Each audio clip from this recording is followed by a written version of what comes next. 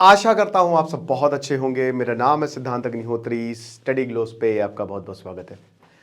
तो हम बात करने वाले हैं अपडेट्स की। तो ईरान इजराइल को लेकर इंपॉर्टेंट अपडेट्स है। अब दोस्तों बात ऐसी है ना कि भाई देखो, यहां बहुत बवाल हो रहा है। कुवैत में तबाही मच गई है। लिटरली दोस्तों कुवैत में तबाही मच गई है। अब हुआ यह है कि कुवैत में इतने बम बरसाए हैं ना, ईरान ने इतने बम बरसाए हैं। उधर इजराइल कह रहे हैं कि हमने हिजबुल्लाह के कमांडर को मार दिया, उधर यहां पे नेतन्याहू के घर पे हमला कर दिया। हर तरफ हमले हो रहे हैं, हर तरफ। और ऐसी मिसाइल मारी जा रही है कि मतलब मैं बता तो रहा हूं कि हालात बहुत खराब हो गए हैं। इंडिया में अलग प्रोटेस्ट चल रहा है। तो दोस्तों इंपॉर्टेंट अपडेट यह है कि सबसे पहले तो भाई कुवैत में अमेरिका के F-15E फाइटर कुवैत नहीं मार गिरे, है ना। उनका एयर डिफेंस सिस्टम, उसको लगा एनिमी एयरप्लेन है, मार दिया, खत्म।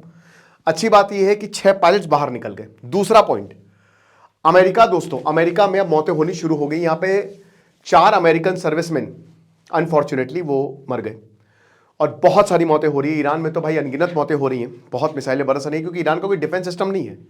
चाइना का HQ-9 डिफेंस सिस्टम, आप देखिए क्या हुआ।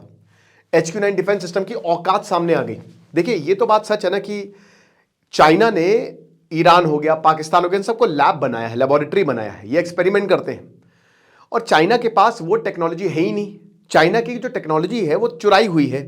जिस तरीके से पाकिस्तान ने टेक्नोलॉजी, खैर उसके पास तो है ही नहीं, बट जो भी, देखिए पाकिस्तान, प्रॉब्लम ये है ना कि पाकिस्तान के पास न्यूक्लियर ब्लूप्रिंट है और किसी को भी बेच सकता है। ईरान के पास न्यूक्लियर बॉम्ब कहां से आया, आने वाला है, क्योंकि पाकिस्तान ने ईरान को न्यूक्लियर बॉम्ब बेचा है, लिटरली बेचा है।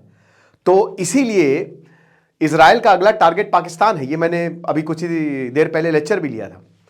तो एक तो ये हो गया है कि भैया ईरान, यहां पे जो इनका फाइटर जेट है वो बहुत तेजी से गिरा। और दूसरा, ईरान कह रहा है कि हमने नेतन्याहू के घर पे हमला कर दिया। कह रहे हैं कि जो जायनिस्ट रजीम है, जायनिस्ट रजीम, ये जो क्रिमिनल है, ये जो आतंकवादी है, हमने इसके घर के ऊपर हमला कर दिया, ऐसा ईरान कह रहा है। हालांकि दोस्तों ऐसी कोई पुष्टि नहीं हुई। अगर ऐसा होता तो हर जगह न्यूज आ जाते, इंटरनेशनल मीडिया तुरंत कवर करता, इजरायली मीडिया तुरंत कवर करता। बट हो सकता है घर पे भी हमला हुआ हो, ईरान ने मारा भी हो, पर उसमें नेतन्याहू की जान गई है, जवाब है नहीं, वरना पूरा हर जगह हाहाकार मच जाता। सऊदी की रिफाइनरी पे हमला कर दिया, बड़ी रिफाइनरी। देखिए स्ट्रेट ऑफ हॉर्मोज पे, है ना, ये जो आपको दिख रहा है ना, ये स्ट्रेट ऑफ हॉर्मोज पे, यहां पे शिपों की ना लाइन लग गई है, ठीक है, कि कैसे जाए कैसे जाए। एक इंडियन की भी मौत हो गई है, एक ओमान में एक इंडियन की भी मौत हो गई है दोस्तों, ठीक है। तो हालात कुछ ये हैं। इजराइल कह रहा है, लेबनान कह रहा है कि भैया हमको काहे मार रहे हो, हम क्यों, मतलब किसी को भी मारोगे। इजराइल कह रहा है मारना जरूरी है। हिजबुल्लाह के इंटेलिजेंस कमांडर को मार दिया है इजराइल ने, बोला कि हमने हिजबुल्लाह के इंटेलिजेंस कमांडर को मार दिया है। और लगातार हमले हो रहे हैं।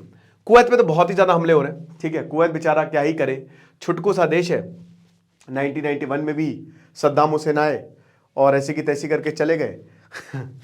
बहुत दुखद है ये जो हो रहा है। ऑयल प्राइसेस सर्ज हो गए, 7.5% से ऑयल प्राइसेस बढ़ गए हैं, है ना।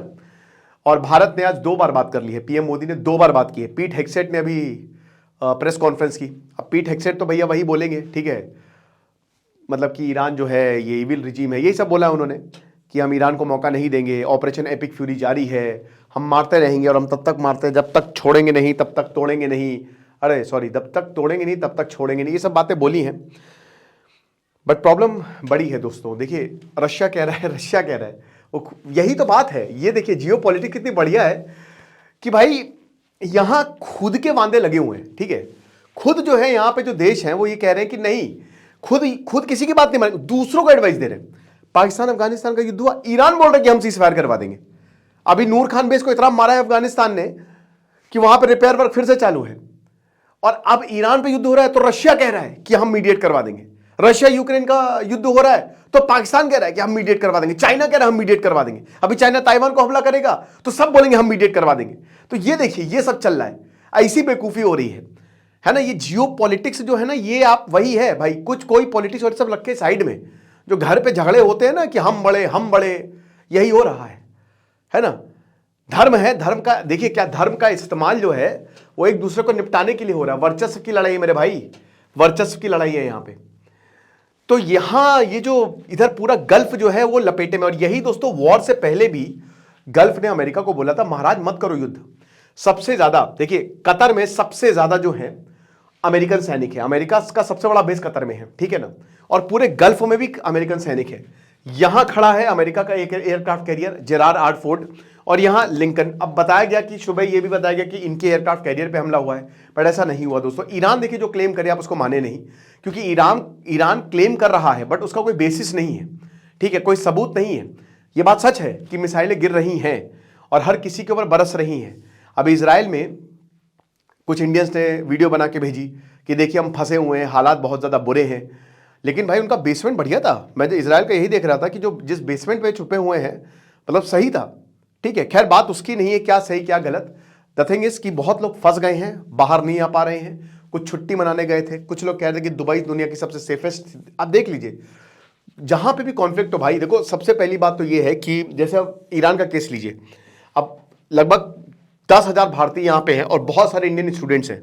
अब यहाँ पे जो है ना एग्जाम था, ठीक है, यहाँ पे भैया एग्जाम था, 5 मार्च को एग्जाम था और ये 1 महीने से बात चल रही है कि आज अमेरिका हमला कर देगा, कल अमेरिका हमला कर देगा।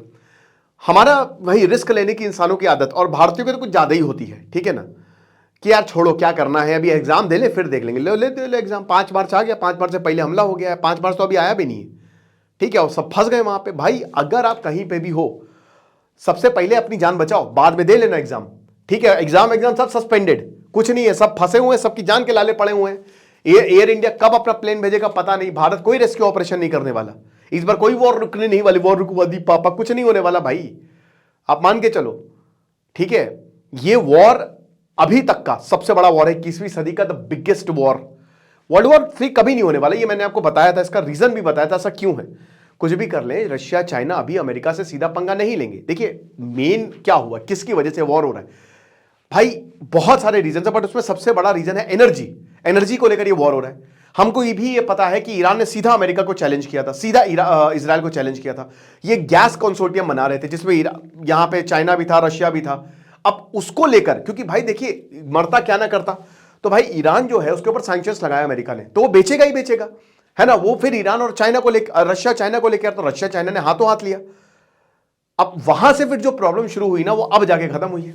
और डोनाल्ड ट्रंप तो भाई देखो, डोनाल्ड ट्रंप एक बिजनेसमैन आदमी है, वो कैपिटलिस्ट आदमी है, वो सिर्फ धंधा सोचेगा कि भाई हमको कहां अच्छे से धंधा मिल रहा है। और अब तो वो पागल हो चुका है, वो नार्सिसिस्टिक आदमी है। तो डोनाल्ड ट्रंप का नार्सिसिज्म उसको ले डूबा है, उसने किसी को नहीं समझा। और अब आप देखिए ये जो जितने भी बड़े बड़े देश है, कितने मूर्ख देश है ना। इजराइल ने बहुत बड़ी गलती की है, ये भी मान के चलिए, क्योंकि बहुत ज्यादा नुकसान हो रहा है और इसमें नुकसान सबका है। देखिए ईरान की रिजीम से किसी को सिंपैथी नहीं है, ये वही रिजीम है जिसने प्रोटेस्टर्स कितना ख्वाल उधड़वा दी प्रोटेस्टर्स ने, है ना। प्रोटेस्टर्स की मेहसाना आमीडी में कितने लोगों को मार दिया। तो भाई रिजीम से किसी की कोई सिंपैथी नहीं है। बट क्या अमेरिका और इजराइल जो कर रहा है वो सही है दोस्तों? इससे बैंड बजेगी और बजने लगी है। स्ट्रेट ऑफ हॉर्मोज में लंबी लाइन लगने लगी है, तेल के प्राइसेस ऊपर जा रहे हैं और दोस्तों ये ऊपर जाएंगे अगर वॉर को नहीं रोका। डोनाल्ड ट्रंप कहता है कि 1 महीने तक वॉर चलेगी। अब 1 महीने बहुत लंबा टाइम होता है, मैंने आपको पिछले लेक्चर में भी बताया था, तो इतना आसान नहीं है। और लगातार प्लेन्स, भाई देखो अब कुवैत एक सबसे बड़ा एग्जांपल है, पता ही नहीं चला कौन किसका प्लेन है, अमेरिकन प्लेन को मार गिराया, पायलट इजेक्ट हो गए। बट ये बहुत बड़ी ब्लंडर है, सीधा सऊदी की one of the biggest refinery को उड़ा दिया। तो मिसाइल किसी का नाम पूछ के नहीं आ रही है, यहां पे प्रिसाइस अटैक हो रहा है। आईआरजीसी के हेडक्वार्टर को उड़ा दिया। मैं कह रहा हूं इजराइल अमेरिका क्लेम कर रहा है वो सही है, अगर वो क्लेम कर रही है तो अभी तक क्यों हमले हो रहे हैं? ईरान हमला कर रहा है, उनके प्रॉक्सीज हमले कर रहे हैं, उसने जानबूझ के सारे प्रॉक्सीज बिठाए हुए हैं, उसने अपने प्यादों को ईरान ने सही जगह बैठाया हुआ है। और अब जो है दे जस्ट अनलिशिंग कि यहां मारो, जहां मारना है मारो, जिसको मारना है मारो, ठीक है।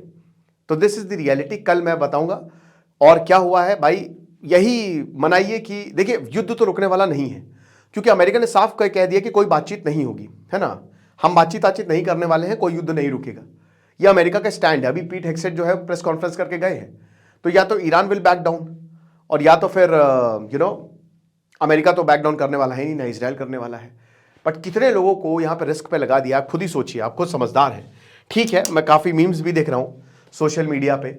एक मीम्स मैं देख रहा हूं, ऊपर रॉयल रंबल, उसकी मीम लगा दी है कि दुनिया के सारे देश आपस में लड़ रहे हैं, और तीसरा भाई नीचे इंडिया बल्लम पिचकारी, हमको होली होली सूझ रही है, हमको मैच की टेंशन है।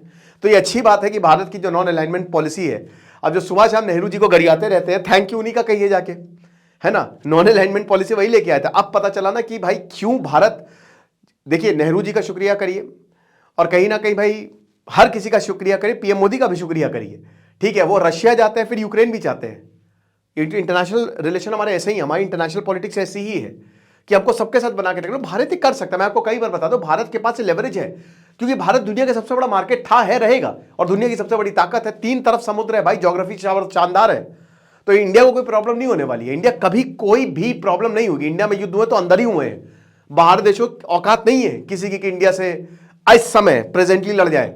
भाई उस समय जब साम्राज्य थे तब तो यहां महाराजा रंजीत सिंह ने अफगानिस्तान से लेकर सबकी बैंड बजा दी थी।